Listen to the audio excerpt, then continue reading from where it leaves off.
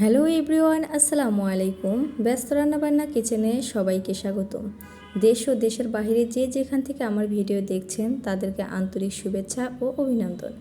আজকে নতুন আরও একটি ভিডিও নিয়ে আপনাদের সামনে হাজির হয়েছি। ভিডিওটা না টেনে সম্পূর্ণ দেখতে থাকুন। আর যারা এই মুহূর্তে আমার ভিডিও দেখছেন তাদেরকে অসংখ্য ধন্যবাদ। তো প্রথমেই দেখতে পাচ্ছেন মুরগি, আলু কুচি করে কেটে নিয়েছি এবং পেঁয়াজ মরিচ কেটে নিয়েছি। তো আরও উপকরণ লাগবে, সেগুলো আমি রান্না করতে করতে দেখিয়ে দিব।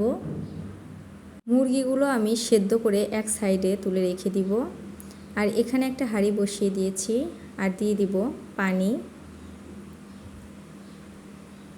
পানি দেওয়া হয়ে গেলে দিয়ে দেব পরিমাণ মতো কিছুটা লবণ, দিয়ে সেদ্ধ বসিয়ে দেব। এটা মূলত আমি রুটির কাই বানাবো এর জন্য।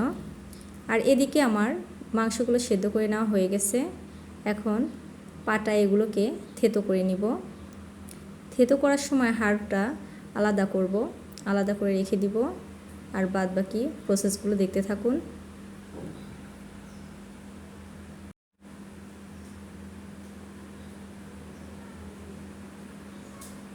তো এরকম আমি একে একে সবগুলোই থেতো করে নিয়ে নিব, নিয়ে এক সাইডে তুলে রেখে দিব।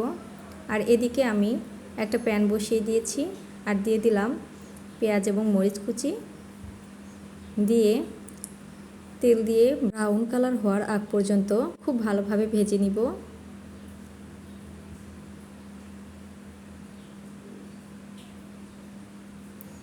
তো হালকা ব্রাউন হয়ে আসলে আমি দিয়ে দেব আদা রসুনের পেস্ট,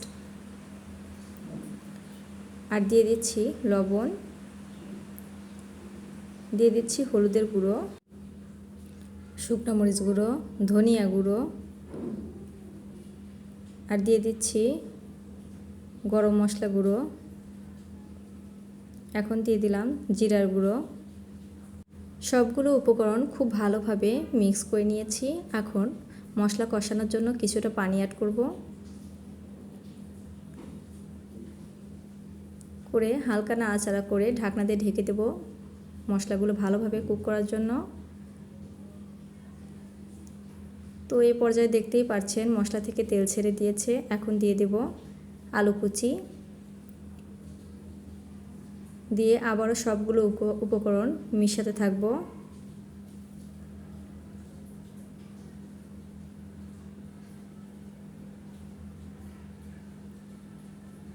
তো এখন এটাকে ভালোভাবে সিদ্ধ করে নিব।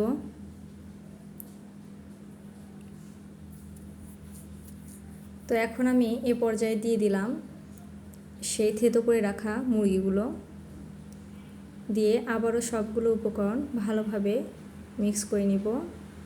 হালকা ডিম আছে কিন্তু আমি সবগুলো ভাজা ভাজা করে নিচ্ছি, পানি অ্যাড করিনি।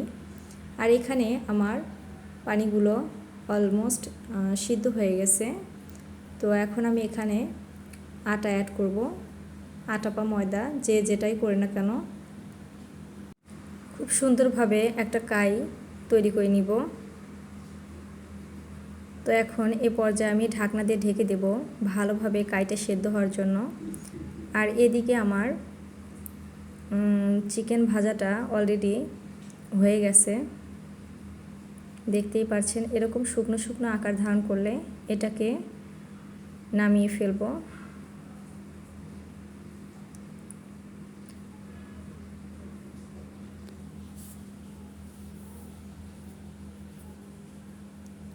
তো সবগুলোই নামিয়ে নিয়েছি, এখন এক সাইডে রেখে দিব। আর এদিকে কাইগুলো খুব ভালোভাবে সেট হয়ে গেছে। এখন একটা ফিরে এবং বেলানের সাহায্যে রুটিটা বেলে নিব। তো প্রথমে আমি এরকম করে নিচ্ছি। তো ছোট ছোট করে একটা করে লিচি কেটে নেব।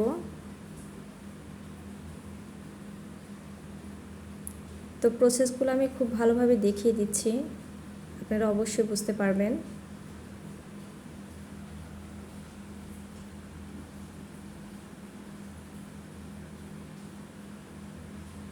তো এরকম একটা পাতলা রুটি করে নিয়েছি, বেশি পাতলাও না বেশি মোটাও না। তো এরকম 2 খণ্ড করে নিলাম। এখন ভাঁজটা দেখে নিন।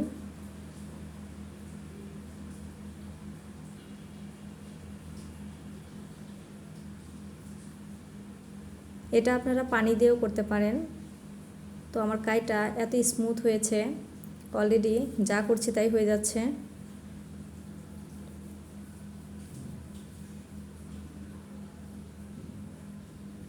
তো এর ভিতর এরকম পুর ভরে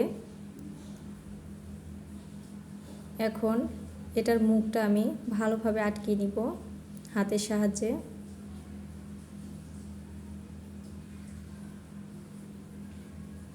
আর উপরে একটা সুন্দর সাজা শেপ দিয়ে নিব। তো এরকম আমি একে একে সবগুলো করে একটা কুলায় রেখে দিয়েছি। কুলাটা আপনারা চেনেন কিনা, এটা প্রাচীন ঐতিহ্য। আগেরকার মা খালারা এরকম পিঠা বানিয়ে, রুটি হোক আর পুলি পিঠা হোক যাই হোক, এটাতে রেখে দিত। তো এখানে আমি একটা প্যান বসিয়ে দিয়েছি। তো দিয়ে দিলাম তেল। এমনভাবে তেল দিতে হবে যেহেতু আমি ডুবো তেলে ভাজবো আর কি। তো আমার সবগুলো বানানো হয়ে গেছে, এখন একে একে আমি ভেজে নেব। আগেরকার কিছু কিছু জিনিস যেটা আমার অনেক ভালো লাগে, গ্রামে আছি এরকম একটা ভাব লাগে। তো এই কুলা দেখেও এরকম একটা মনে পড়ে গেল।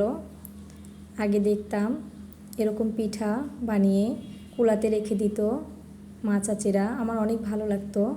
তো সেটাই আমি গ্রাম থেকে নিয়ে এসেছি। তো কথা বলতে বলতে এদিকে আমার ভাজা হয়ে যাচ্ছে, এক সাইড হয়ে গেছে, উল্টে আর এক সাইড করে দিলাম। তো মিডিয়াম টু লো আছে আমি এইভাবেই ভাজতে থাকবো।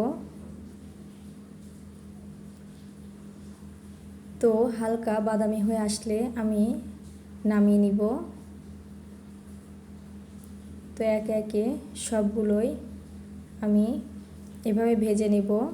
তো আপনাদের বোঝার সুবিধার্থে আমি আরও একবার ভেজে দেখাচ্ছি।